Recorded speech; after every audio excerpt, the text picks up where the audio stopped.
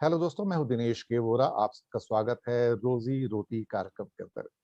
ये श्रृंखला अभी धीरे धीरे पॉपुलर होती जा रही है, लोग पसंद कर रहे हैं। मेरे पास काफी मेल्स भी आ रहे हैं और हमेशा की तरह हमारे साथ हमारे मित्र नयन पारिक जी। स्वागत है सर आपका। Thank you so much Bora sir. आ, कीमती वक्त निकालते हैं अपना और हमारे साथ रोजी रोटी के शो में आते हैं। भारत के जाने माने अर्थशास्त्री हैं। विषयों के ऊपर गहरी पकड़ है और सिर्फ अर्थनीति ही नहीं बल्कि स्ट्रेटजी, राजनीति, विदेश नीति, फॉरेन ट्रेड के ऊपर भी गहरी पकड़ है। तो हमारा सौभाग्य है, हमारे चैनल का सौभाग्य है कि नयन पारिक जी हमारे साथ जुड़े हुए हैं। दोस्तों, रोजी रोटी के अंदर आज दो तीन महत्वपूर्ण विषय है। एक तो आप अपने बैंकों के अंदर जो पैसा रखते थे, छोटी छोटी बचत का, जिसको आप एफडी में कन्वर्ट करते थे यानी कि फिक्स डिपॉजिट में, और वहां आपको 4-5% पैसा मिलता था, उसको आप ऑटो रिन्यूअल में चले जाते थे। तो अगर आपकी एक महीने की एफडी है, 45 दिन की है, तो ऑटोमेटिकली नेक्स्ट 45 डेज वो चली जाया करती। अचानक से आरबीआई ने एक नया कानून लाया कि ये ऑटो रिन्यूअल नहीं होगा और जो भी पैसा एफडी में पड़ा होगा उसके ऊपर बैंक कोई भी इंटरेस्ट नहीं देंगे।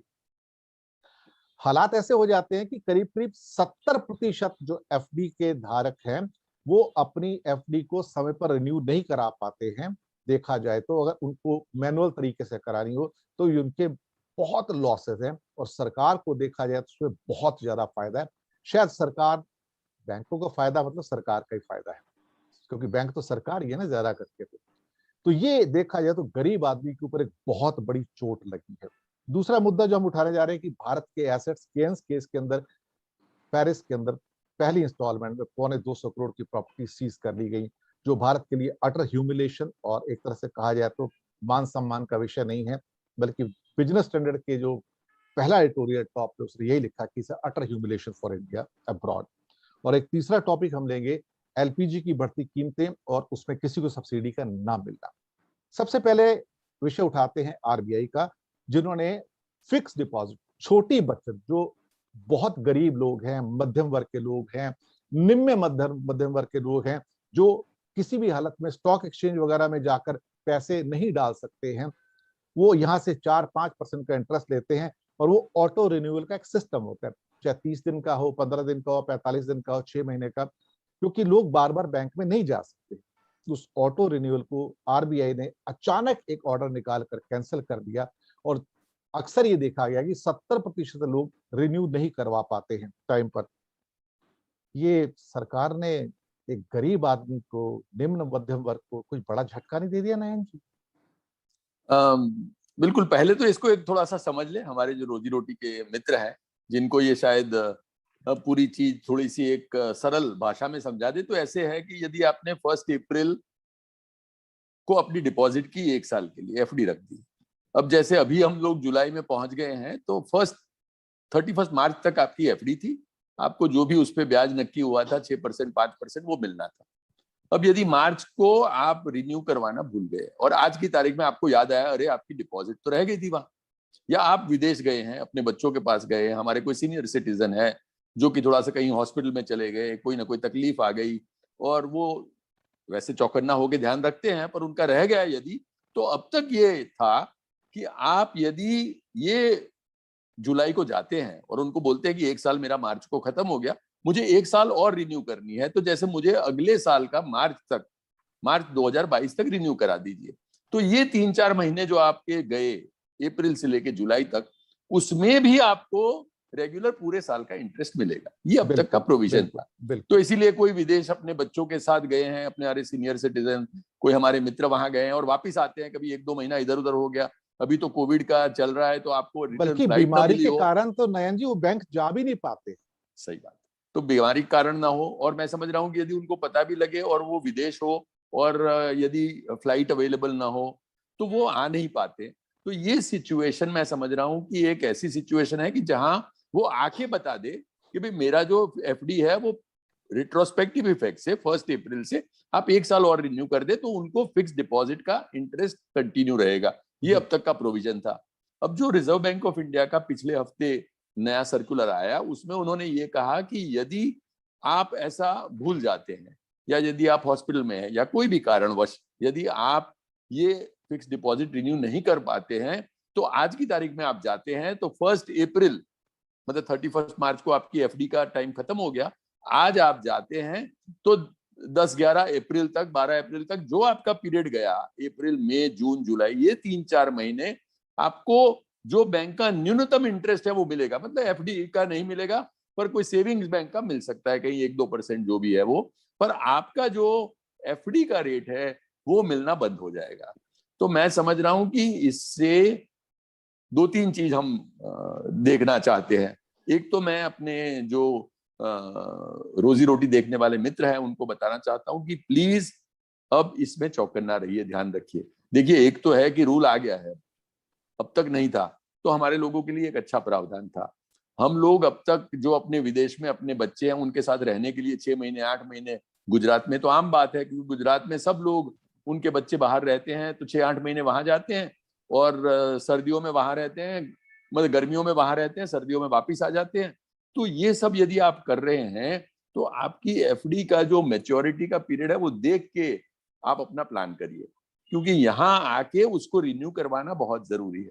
और इसीलिए आपको कभी कभी या तो ज्यादा पीरियड के लिए करना चाहिए, आपके यदि आने की संभावना कम है तो, आपको लग रहा है कि कोई हॉस्पिटलाइजेशन ये वो, अब देखिए वो तो हो बता के नहीं आती है, एकदम से आपको कोई बीमारी आ गई और आपको जाना पड़ा, तो कोई एक ऐसा प्रावधान रखिए कि ताकि आपकी एफडी जो है वो रिन्यूअल की एक विंडो आपके लिए रहे।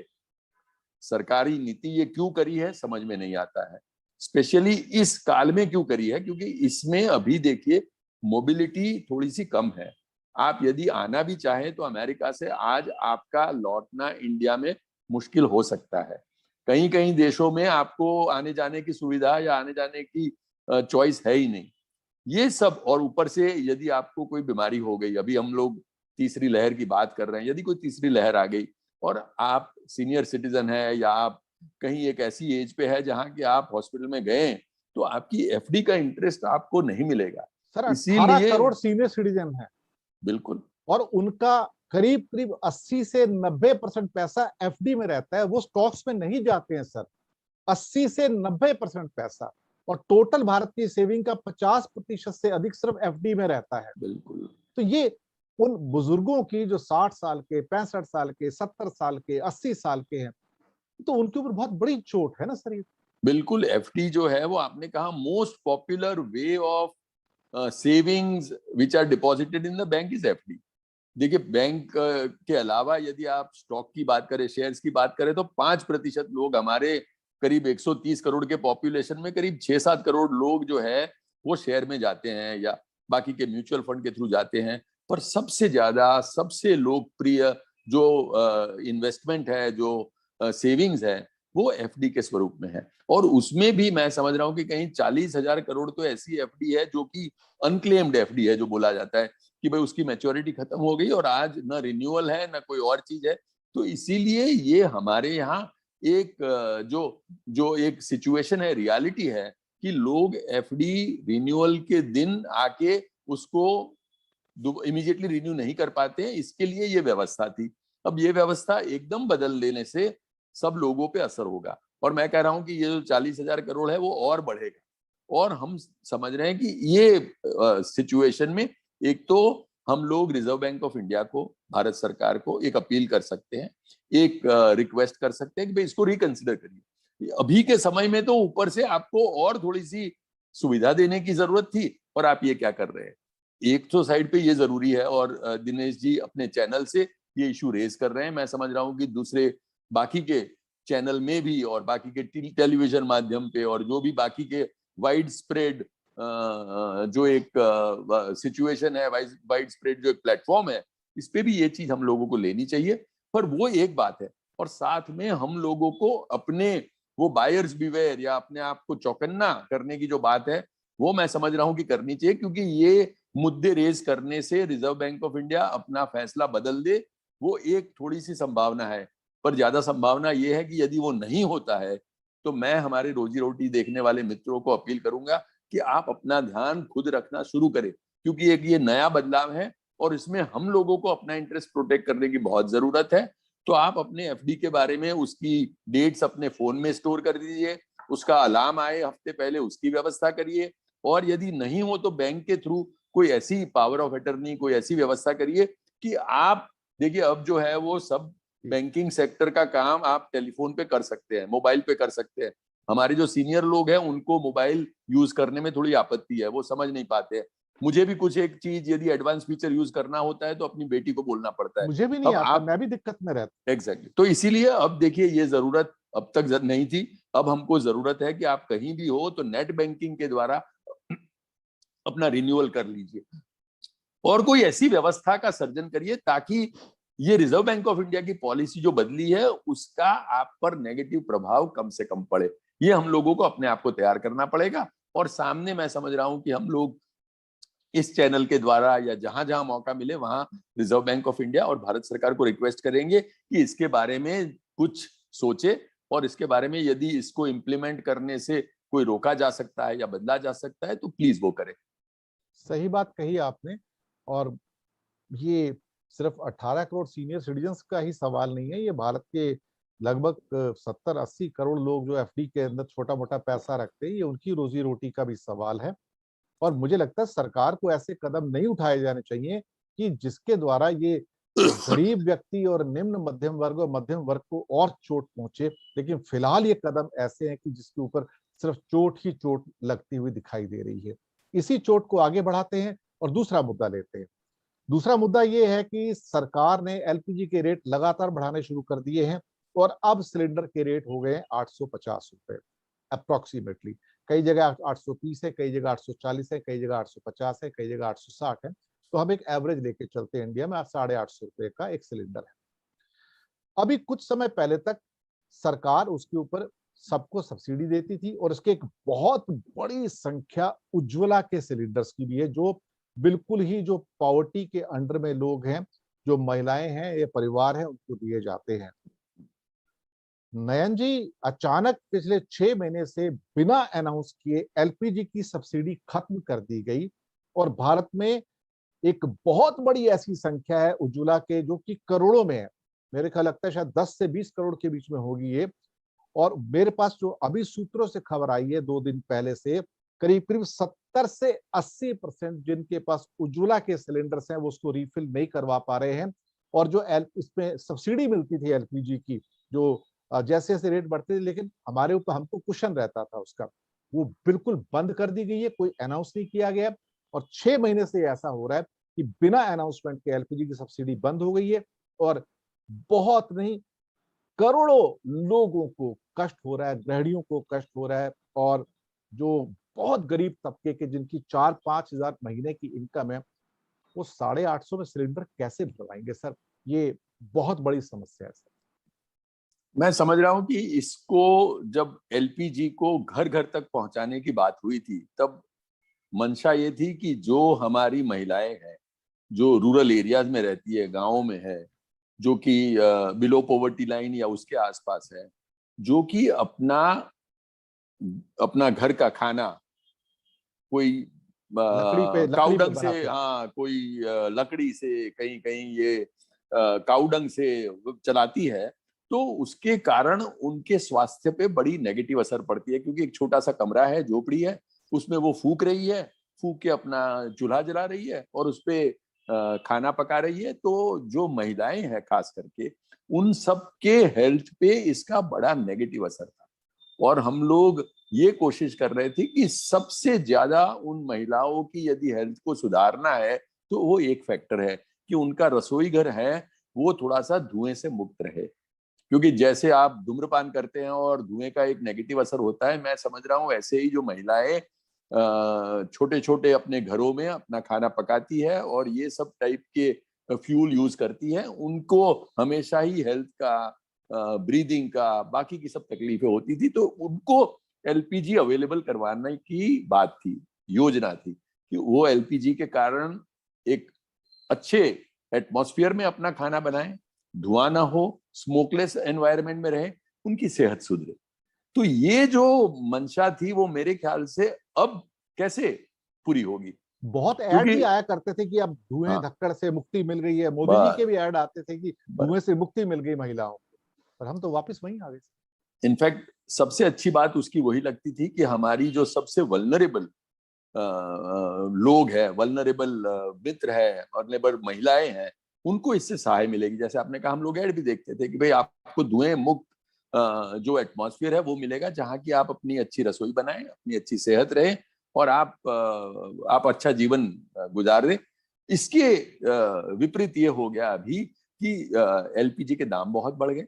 तो अब 800-900 रुपया यदि आप 5-10 हजार रुपया कमाते हैं, जो पॉवर्टी लाइन के आसपास की फैमिलीज है, उनके लिए अब एलपीजी सिलेंडर भरवाना एक स्वप्न सा रह गया कि कैसे करेंगे। लग्जरी है, अब तो लग्जरी हो हाँ, गया। अब वो कैसे करेंगे। तो मुझे लग रहा है कि जो हम लोग हमारी महिलाओं को धुएं मुक्त एटमॉस्फेयर में ले जाना चाहते थे, वो एलपीजी नहीं रिन्यू नहीं भरवाने के कारण अब एलपीजी सिलेंडर वो रिप्लेस नहीं कर पाएंगे, नया ले नहीं पाएंगे।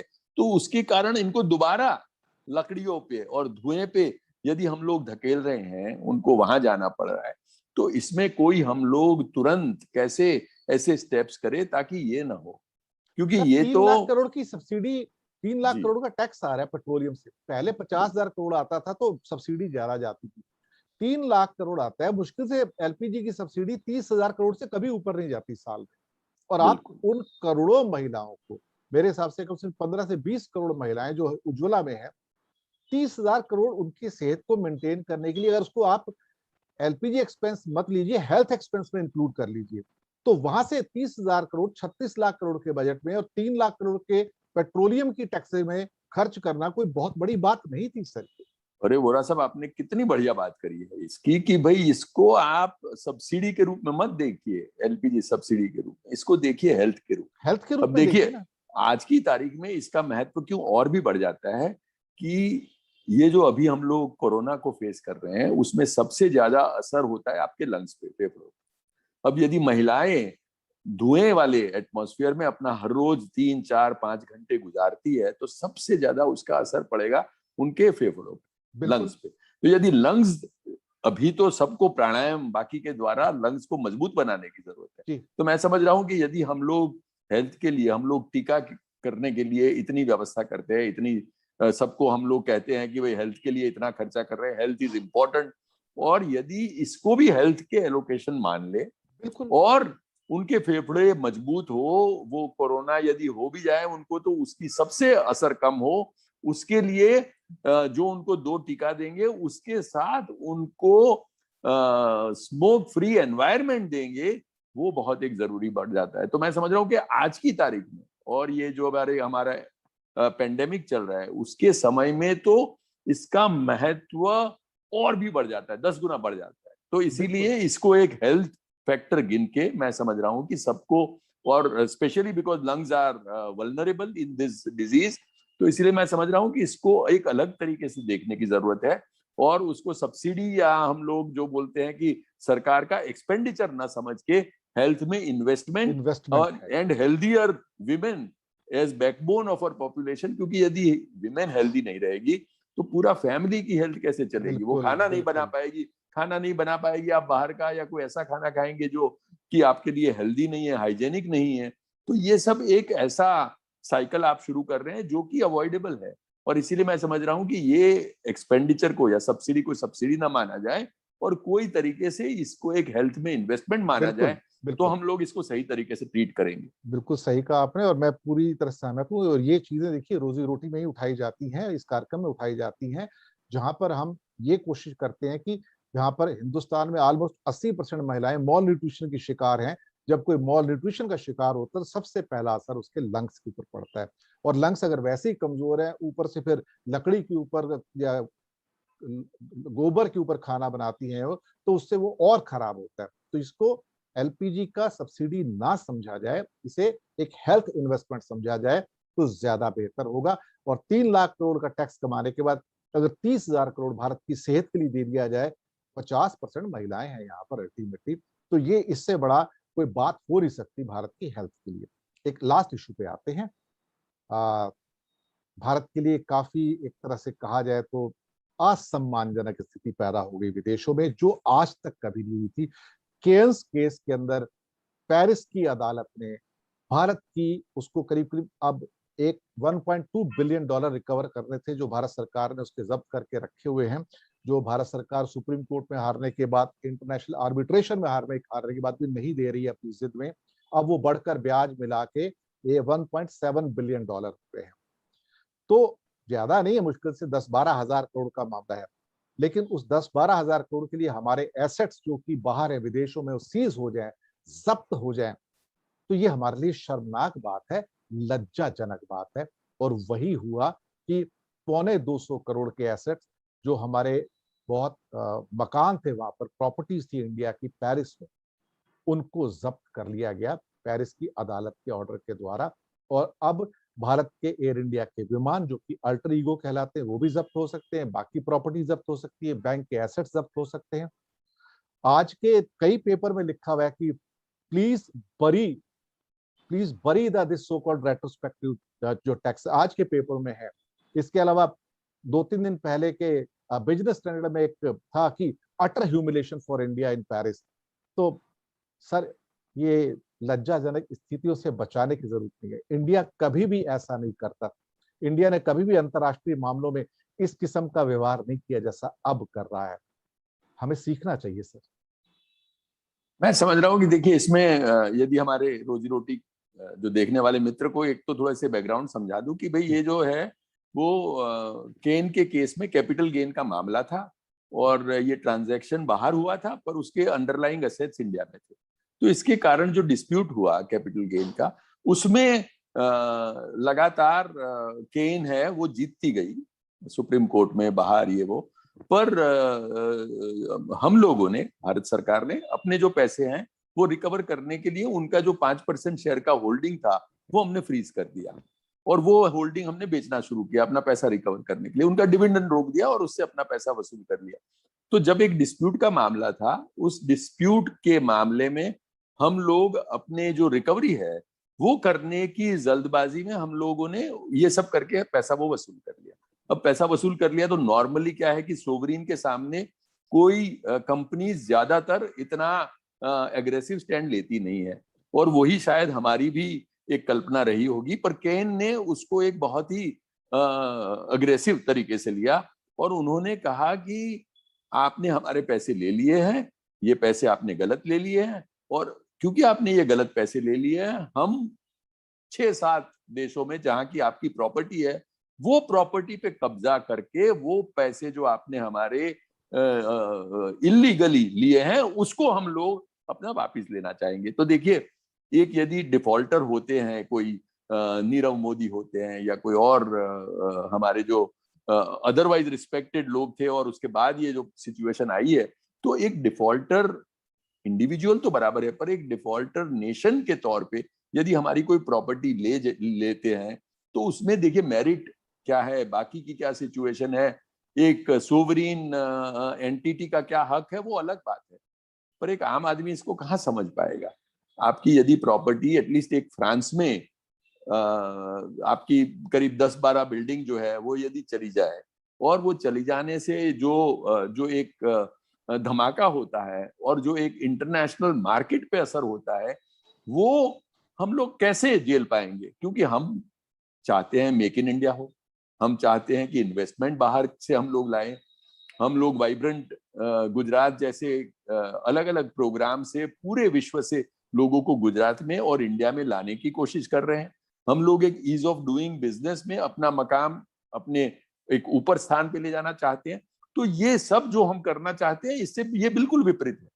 और 10-15 हजार करोड़ रुपया एक पूरे राष्ट्र के लिए छोटी बात है, छोटी बात है।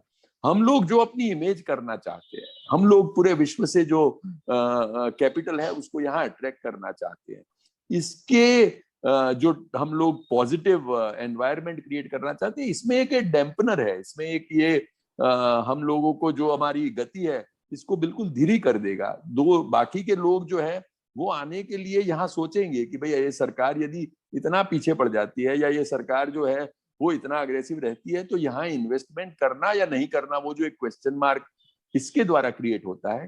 तो मैं समझ रहा हूँ कि इसमें एटलीस्ट अब हम लोग कोई रिकंसिलिएटरी अप्रोच रखे, कोर्ट और कानूनी प्रावधान को बाजू में रख के हम लोग केन के साथ बैठ के एक सेटलमेंट करें ताकि वो, उन्होंने तो सिंगापुर में, कनाडा में, अमेरिका में तो एयर इंडिया का जैसे आपने कहा, वो सब प्रॉपर्टी के सामने वो लोग जो हमारी कैन वाले समझ रहे हैं कि इंडियन प्रॉपर्टी में हर जगह से लेके अपना पैसा वसूल करूंगा, उसका एक मैं समझ रहा हूं कि आउट ऑफ कोर्ट बैठ के सामने सेटलमेंट करेंगे तो उससे एक अलग और प्रतिभा हमारी आएगी कि भाई ये परिस्थिति में, ये तकलीफ में, ये सिचुएशन में भी हमने रास्ता निकाला, हमने उनके साथ बैठ के एक एमिकेबल सेटलमेंट किया और हमने पूरे वर्ल्ड में एक ऐसा मैसेज दिया कि भाई हम लोग ऐसी विपरीत परिस्थिति में भी इसका हल निकाल सकते हैं।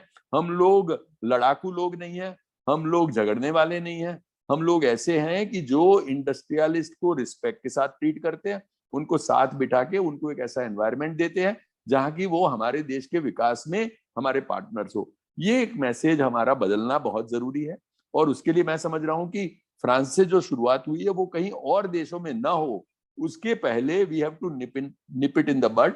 हम लोगों को अभी इसको रोकना जरूरी है और मैं समझ रहा हूं कि भारत सरकार इस दिशा में पक्का ही कदम लेगी, ऐसा आई थिंक हमारी सबकी अपील है, हमारी सबकी रिक्वेस्ट है और वो लोग मेरे ख्याल से उस दिशा में जाएंगे तो हमारा जो ओवरऑल विजन है, जो डायरेक्शन है कि भाई हम पूरे मेक इन इंडिया और विश्व को यहाँ इंडिया में लाना चाहते हैं, एम्प्लॉयमेंट क्रिएट करना चाहते हैं, वो ease of business, doing business create करना चाहते हैं, उस डायरेक्शन में एक सही स्टेप होगा।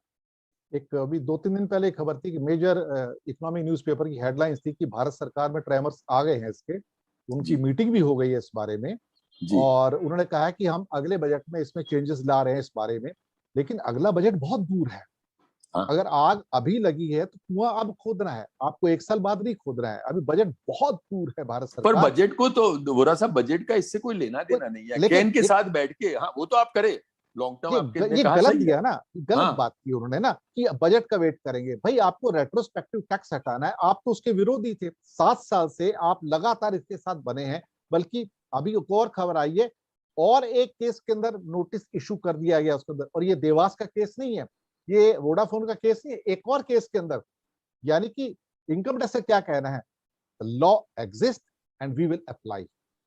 अब सरकार कहती है कि हम अप्लाई नहीं करेंगे, लेकिन ये चौथा या पांचवा केस होगा इसमें अप्लाई कर दिया, तो फिर ये विरोधाभास की स्थिति, पैराडॉक्स की स्थिति पैदा होती है। आप जो कह रहे हैं वो कर नहीं रहे हैं, तो बाहर के इन्वेस्टर, अब भारत सरकार को पता लग गया कि बाहर के इन्वेस्टर वेरी हो रहे हैं थोड़े से, कि कुछ कॉशियस हो रहे हैं कि हम कुछ भी कर ले, अगर हमारे पैसे फंस गए तो इस सरकार से वापस नहीं आएंगे कभी।